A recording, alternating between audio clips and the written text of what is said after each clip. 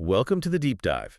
Today we're taking a deep look at a phenomenon that's really reshaped modern medicine. It really has. We're talking about the rise of Glucagon-Like Peptide-1 Receptor Agonists, or, GLP-1RA. Right. Blockbuster drugs like Ozempic, Wegovy, all of their peers. And these aren't just important medications, they feel transformative. Oh, completely. They're fundamentally changing how we approach chronic conditions like type 2 diabetes and, crucially, obesity. These are systemic drugs designed to affect processes all across the body. And that's really the core question the sources we've gathered are asking.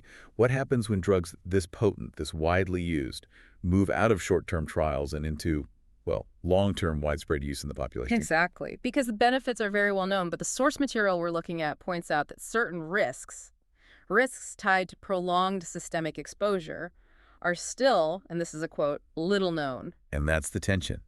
Today's deep dive is zeroing in on a new, really robust study that looked for a link between long-term GLP-1RA use and one particularly devastating outcome. Neovascular age-related macular degeneration, or NAMD. And for anyone who isn't familiar, NAMD isn't just a minor eye problem. We're talking about the leading cause of irreversible vision loss in older adults. It's a huge deal. So our mission today is to unpack this large-scale Canadian study that suggests using GLP-1RAs might be associated with a risk increase of, more than double? A greater than twofold increase for developing NAMD in older diabetic patients. Okay, let's unpack this. So let's start with the scope. Why is this research so immediately relevant? It's just a matter of scale. Pure numbers. We're talking about medications being prescribed to tens of millions of people around the world. And not just for a few months, often for years, maybe even decades, to manage these two massive health crises. Right. And when your patient group is that enormous, even a tiny absolute increase in risk for a serious outcome, well, that translates into thousands, maybe hundreds of thousands of new cases globally. So while we're celebrating the benefits, and they are huge benefits, Metabolic control, weight loss, cardiovascular protection. we have to, at the same time, be looking for the hidden costs. Exactly. And the hidden cost they were specifically hunting for was NAMD. Why the eye, though? Why specifically look there? Well, the connection isn't random. Diabetes itself is a major risk factor for retinopathy. Okay. And we know that systemic problems, chronic inflammation, hypertension, high blood sugar, they all damage the delicate blood vessels in the retina. They contribute to macular degeneration. And these drugs fundamentally change that whole systemic environment. Right. So the objective of the research was simple, really. They wanted to systematically test if this change, over time, increased the risk of developing incident AMD. Meaning new cases. New cases, yeah, appearing after the drug treatment had already started. So we have the target, a specific devastating eye disease, and we have the suspect, a widely used systemic medication. That brings us to the methodology. Because if you're going to try and link a drug used by millions to a relatively rare disease, your study design, it has to be absolutely impeccable. You have to rule out all the noise. And the rigor here is what makes the findings so compelling. This was a population-based retrospective cohort study. And crucially, the investigators used the Institute for Clinical Evaluative Sciences database, the ICES database, in Ontario, Canada. They did. So why is that database considered a gold standard for this kind of work? It's the sheer completeness of the data. Because Canada has a universal public healthcare system, that database captures these comprehensive longitudinal health records for basically the entire population of Ontario. So you're not relying on patients trying to remember things or patchy insurance claims. Not at all. We're looking at real-world data. Every diagnosis, every hospital visit, every single prescription filled over time for millions of people. It lets you track patients consistently for years and years, which is essential when you're looking for long-term side effects. Okay, so robust, large-scale, real-world data. The study tracked patients between January 2020 and November 2023 with a 3-year follow-up. Who are the specific patients they chose? They focused on older patients, which makes sense since that's where the risk for AMD is already highest. Right. So inclusion criteria were patients aged 66 or older with an existing diagnosis of diabetes. And they were looking for prolonged exposure, so the exposed group was defined as anyone who had used a GLP-1RA for 6 months or longer. And the scale here is just breathtaking. Yeah. They started with over 1 million eligible diabetic patients. How on earth do you whittle that down into a usable, comparable group? This is where the study's statistical superpower really comes into play. They didn't just compare all GLP-1 users to all non-users. Because that would be massively biased. Hugely biased. The patients who get these drugs are often sicker to begin with. They have worse cardiovascular and metabolic profiles. So if the people taking the drug are already sicker, how do you possibly isolate the effect of the drug itself from the effects of their underlying sickness? That is the critical challenge. And they tackled it using a technique called propensity score matching. Think of it as creating a statistical clone for every single person in the GLP-1 RA exposed group.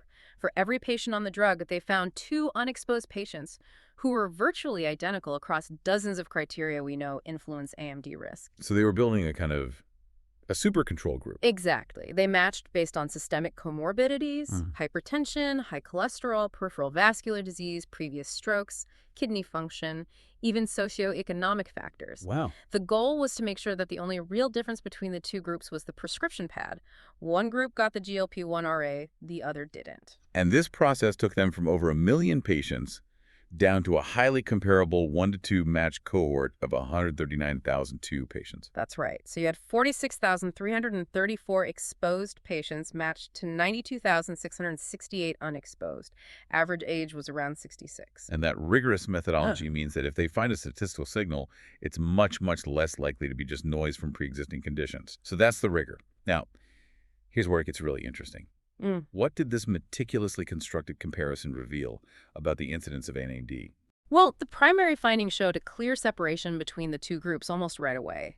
The incidence of new AMD cases was just plain higher in the exposed cohort. Let's get granular on the numbers because they really do tell the story. Okay, so the incidence rate of AMD for patients who had taken GLP-1 RAs for 6 months or more was 0.2% over the follow-up period. 0.2%. Okay. For the matched unexposed diabetic patients, the incidence was 0.1%.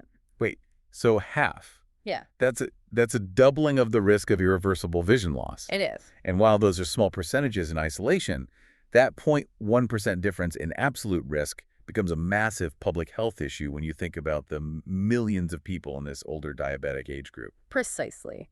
And the statistical analysis really drives home the magnitude of that risk. The researchers used Cox proportional hazard models, which is the standard tool for this kind of analysis, and they estimated a hazard ratio of greater than 2.0. Okay, break that down for the listener. What does an adjusted hazard ratio in HR of 2.21 actually mean in clinical terms? It means that after adjusting for all those pre-existing conditions, socioeconomic status, and all the other confounding variables through that propensity matching. After all that work to make the groups equal. Yes.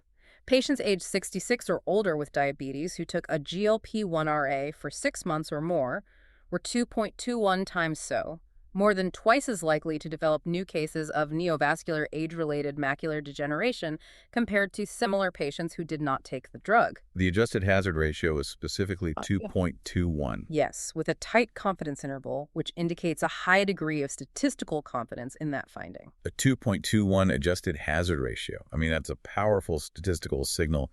It indicates a really strong association between the drug exposure and the bad outcome. It does. It summarizes the core conclusion of the research. The synthesis is unambiguous.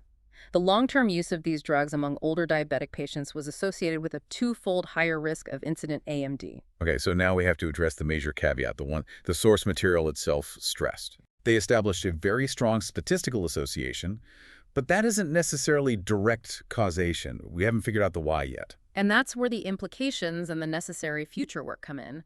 What's fascinating is the immediate scientific response that the conclusion calls for. Which is what? Researchers have to pivot now to understanding the exact pathophysiological mechanisms.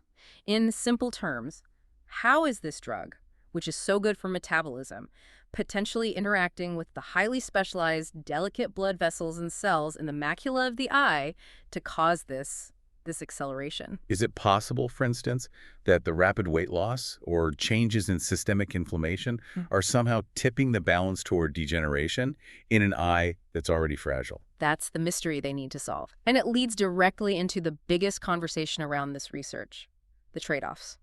If you connect this to the bigger picture, this finding forces clinicians and patients into a really complex risk-benefit calculation, one that's now far more personalized. Let's explore that trade-off because it's really the intellectual climax of this deep dive. It is.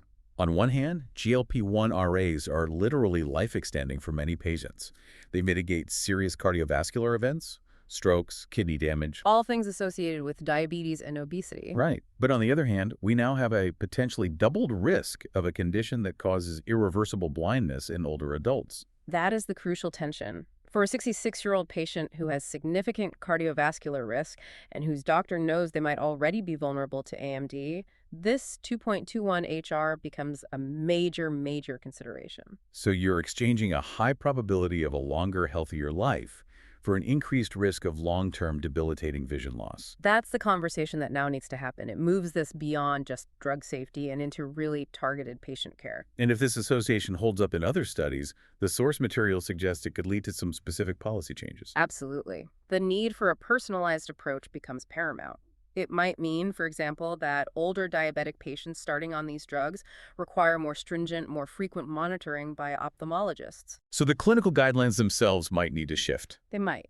To incorporate regular dilated eye exams or specialized imaging to catch those early signs of macular degeneration before it becomes neovascular and irreversible. So instead of screening everyone the same, you'd focus resources on these high-risk individuals taking this specific class of medication. It's about mitigation, not necessarily removal of the drug. Precisely. Because you cannot ignore the profound life-saving benefits of these drugs. The goal isn't to stop using them. It's to manage the associated risks intelligently based on the full profile of the patient sitting in front of you. Okay, so what does this all mean for you? Let's summarize the key takeaway from this deep dive. We've analyzed a massive, well-matched population-based study of over 139,000 older diabetic patients in Canada. And the core finding is clear. For those exposed to GLP-1 RAs for 6 months or more, there was an adjusted hazard ratio of 2.21 for developing neovascular age-related macular degeneration compared to similar unexposed patients. Which establishes a statistically strong association for a previously little-known long-term ocular risk. It does. And the conclusion is a strong call for immediate, focused scientific investigation into the exact biological mechanism behind this risk. It's an essential step before we can confidently integrate this risk into widespread clinical practice. The future of these life-changing drugs really relies on understanding this complexity. Exactly. The source material forces us to confront a fundamental medical dilemma. Considering the massive and growing population now using these drugs globally, and the fact that AMD is a leading cause of irreversible vision loss in older adults, how might future research balance the significant anti-obesity and cardiovascular benefits of GLP-1 RAs against the potentially doubled risk for this specific debilitating ocular condition? And maybe more pointedly, if future studies do confirm this association, should ophthalmological screening for high-risk patients become a mandated part of the prescription pathway for all long-term users? That's something for you to explore as this important research continues to unfold.